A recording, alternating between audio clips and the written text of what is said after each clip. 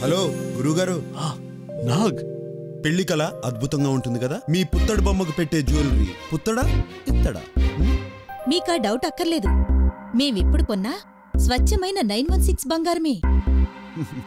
అయితే BIS mark ఎక్కడ? BIS అక్కడే అందరూ పప్పులో కాలేసేది. మామూలు 916 మార్కు ఏ బంగారం షాప్ ఆడైనా దేని మీదైనా వేసుకోవచ్చు. అది 16 క్యారెట్ కావచ్చు, 18 క్యారెట్ కావచ్చు, 20 క్యారెట్ కావచ్చు. కానీ మీరు డబ్బు కట్టేది మాత్రం 22 క్యారెట్ బంగారానికి మాత్రం. అదే BIS మార్క్ అనేది.